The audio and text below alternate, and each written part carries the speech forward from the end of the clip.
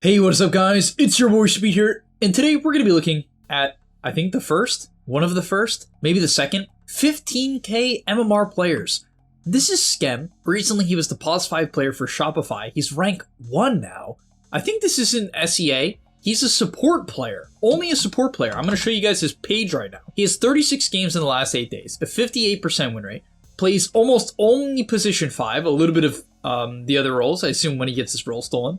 And then his main heroes are Omni Knight, who recently got nerfed, so I wonder if he'll keep playing him. And then as of late, or at least for the last day, has been Treant Protector, a tad bit of Furion as well, but one of the games was core. Mostly just two heroes, Treant and Omni Knight. And let's look at his Treant. Let's see what he does, because, I mean, this hero definitely has a good win rate. It has a good win rate across all brackets. Definitely a good pub hero. And I think it's because it has good team fight, it's pretty stable in lane. It's a very stable hero. Stable heroes tend to be good for pubs, but that doesn't mean they're going to catapult you to 15k MMR. But alright, let's get into it. On top of that, go sign up to the gameleap website, guys. I'm posting new content over there almost every day, and I'll see you there. So starting items, blood grenade, 2 branches, stick, tangos, sentry. Probably going to ship out a second sentry.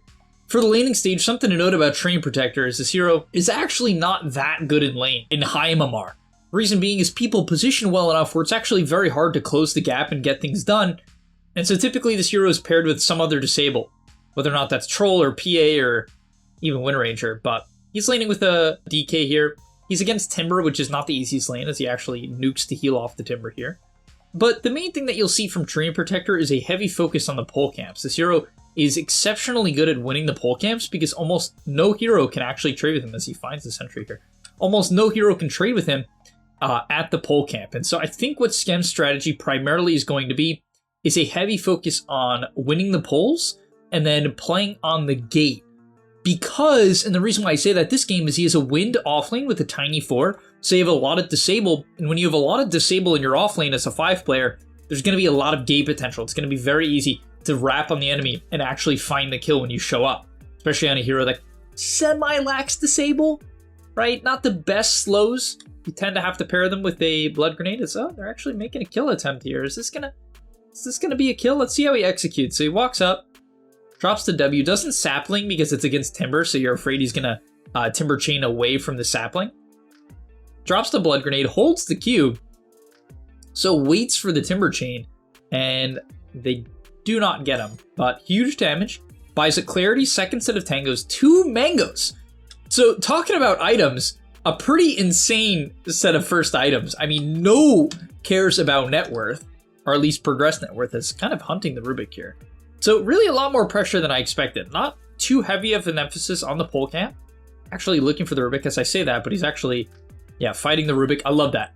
What he did here is really cool. It's small, but it's cool. What a lot of players would do is they drop the sentry and try to deward the small, but he knows because he has a favorable 1v1, he can just do it after. He can zone this Rubik. He doesn't have to play the 50-50 where maybe Rubik gets the deward in time. He can kind of just do what he's doing. Do his thing, get the trade going, and then play for the sentries. But okay, gives up the Lotus.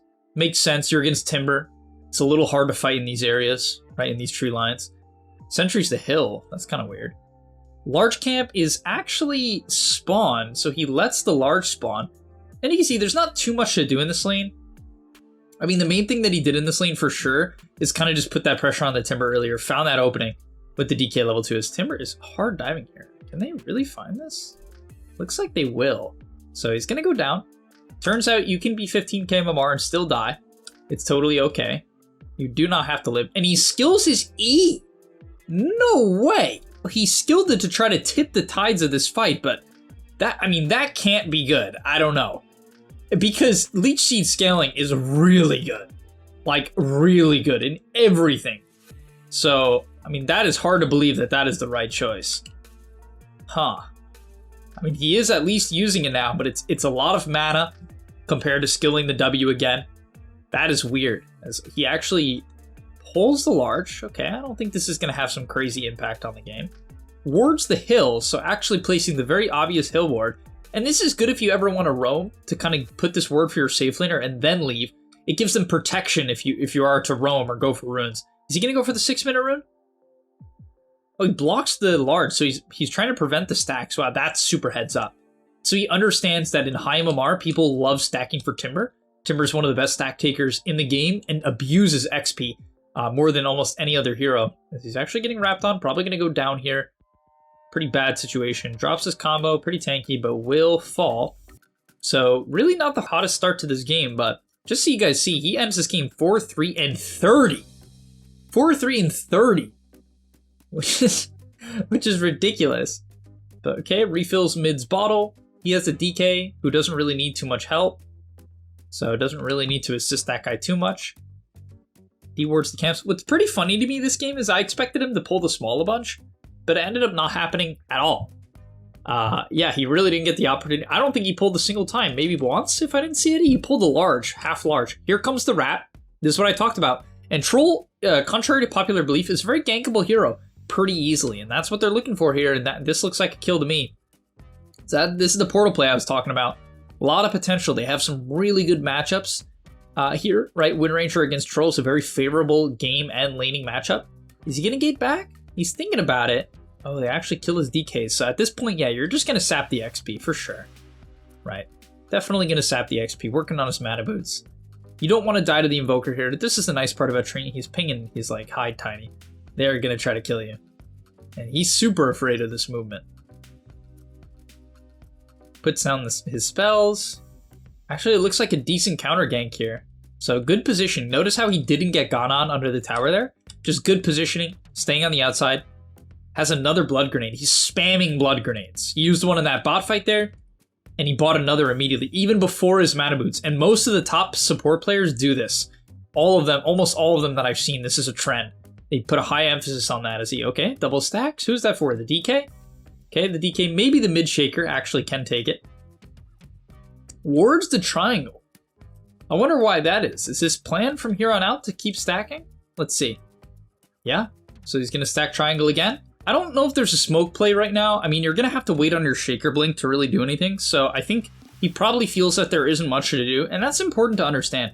If you're not level 6, like a lot of support players will force a lot of moves at this point of the game. But I think if you're not level 6, and your mid is a hero that's a bit slower paced, it's totally fine to not do anything. Like, this play is just going to be better. As he's trying to help, no way. Maybe he can drop a W? Nah. But plays like this are really high impact. So just stacking the triangle, or side pulling like this side pull is really great, because now you can farm it with your offlaner if they're not dying.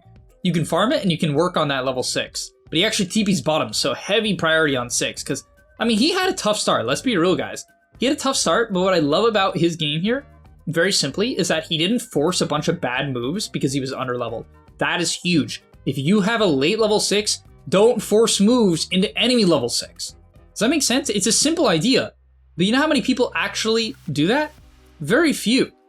It's huge. So if you have a bad game and the enemy hits 6 before you, it's got to be a really clean move for it to be worth it. Is he going to drop the overgrowth? No.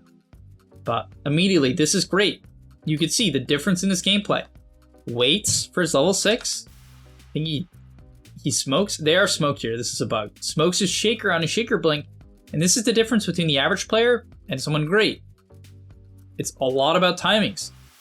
Just prioritize stacks, stacking the large camp and pulling, finds his level 6 on the bot XP, and immediately finds his shaker to combine with his spike, and they go get a kill. And they get a kill on the mid, which is huge, finding an opening. Okay, another smoke, so they're going to fight the 14-minute wisdom as they bump into Timber. Timber was not ready for that. He's going to fall. Is this a double blink timing? No, the Tiny doesn't. Okay, he's not even close. Okay, max W, nothing crazy there. Pretty standard. Actually farming some of the outside camps. You definitely want to let your Tiny farm at this point in the game. His items are way more useful. Picked up a wind lace. Look at his items, 2 blood grenades. What did I say? Blood grenade, blood grenade, blood grenade. He's actually helping his Tiny farm the large camp. That's pretty cute. Trying to read a smoke here. Did he see this? Oh, he did. They saw it in the mid ward. Yeah, they saw the mid ward. They see this movement. And so now he's expecting them to overextend. Right? When enemies smoke towards your side, if you read it, it's often one of the best fights because they're running into you. Places a sentry to try to catch the Invoker. They're baiting top, and here, yep, they found him. And that's a great read. And I mean, he's cleaning them up right now. Finding the mid kill, into the bot kill, into a read on the smoke. I mean, really good, right? You can just see why this guy's good. It's clean, super clean, and just good reads. Not forcing plays when he's weak, not forcing his Earthshaker. Like the biggest part about Dota to be good, and I really mean this, is to understand when everyone's strong, when certain heroes are strong. And the quickest way to fix that is just, or to work on that, is to think about your allies' timings. What is happening in this fight? He wants to ult for sure. You definitely consider dropping it on Timber here, yeah, just to try to keep the wind alive. As he's manning up, maybe one more auto for the road, too. And they team wipe him. Let's actually look at the spell execution there. I kind of didn't watch close enough. DK hitting the tower, drops the sapling, which is going to do a lot of damage. You'd be surprised how much just this casual sapling does in terms of impact. This DK almost goes down. Massive echo. So the DK kind of baiting there. Toss from Tiny. So nothing too crazy, but 2 leech seeds, right? And this is what you want to do. You want to get these out very early into the fight. Your main spell is going to be your W. You should be planting it in the middle of the fight. And that's frankly enough impact to win a lot of fights. Like, this leech seed spell is super strong. Okay, buys his shard, so he's playing the setup route. In terms of skill build, a very weird skill build. Skipping the 10 talent, which is actually hyper normal, but 3 points Q, 2 points E? How bizarre. As he actually armors the bot tower, so trying to stall up that push. Good awareness. Has his shard, so he's definitely in a position to start setting up kills. They don't have the best pick-off heroes, as he's looking to go on the troll, but misses with his shard hit. And they burst him anyway, so... Wow, that's cool. I wonder if he knew that they could portal, like, if his thought process here is my team can TP behind. These TPs on the outposts are fast now. They're only a 4-second TP. So it's something to keep in mind, guys, for your games. You can call out that type of move if it's close to your friendly outpost there. And your teammates will be able to get there, because instead of 6, it's 4. That was like a few patches ago. And so that was a huge change. Oh, immediately TP's top. Considering stacking, you linked by Timber. Wonder what his next item is going to be. It's actually not very clear to me.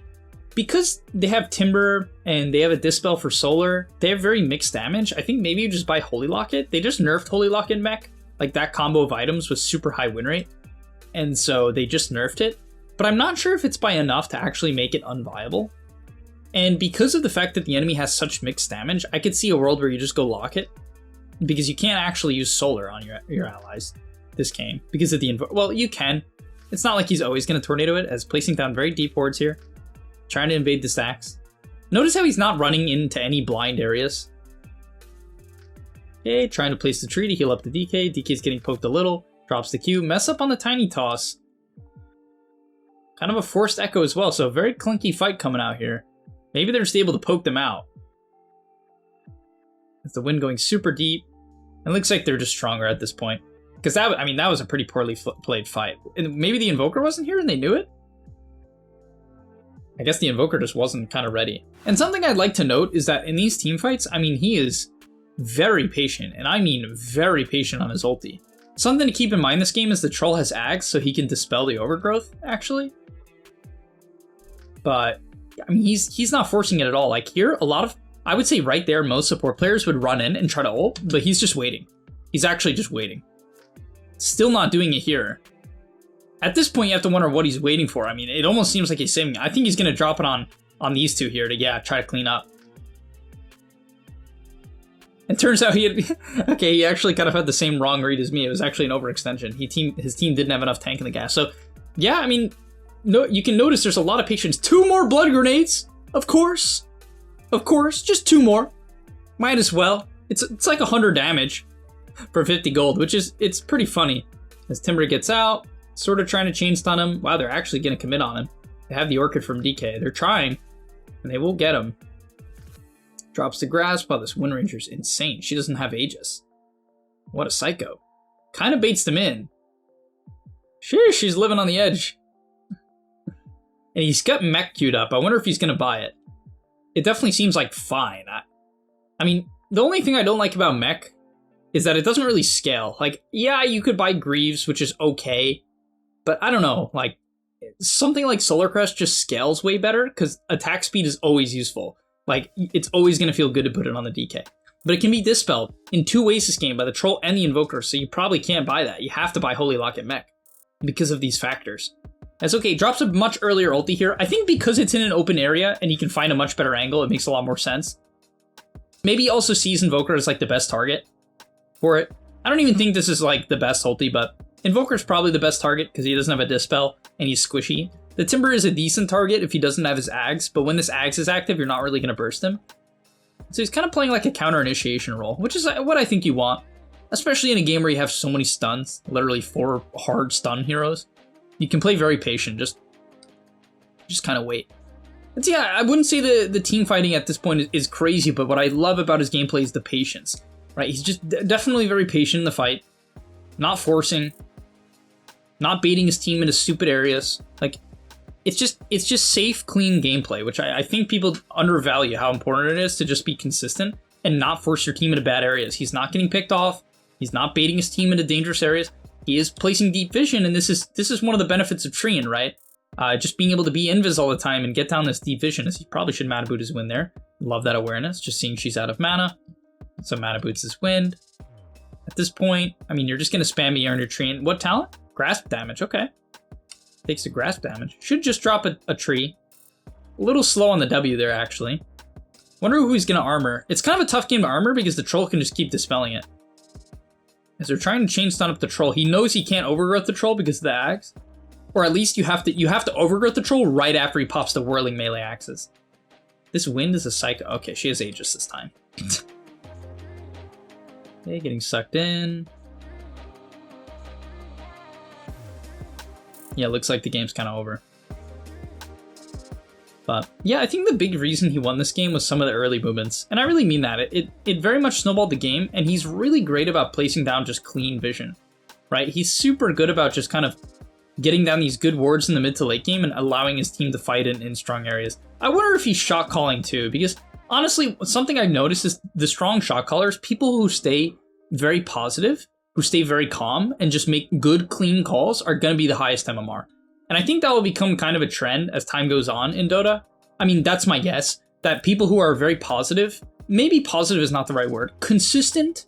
I think positive helps, but just consistent and forward thinking in their calls, like where their calls are on the next step, they're on the next move. You're not complaining about what just happened. You're not flaming people randomly. You're just saying, this is what we should do. This is what we should do. This is what we should do. In a voice that is not annoying is really useful. Maybe the most useful thing in high MMR.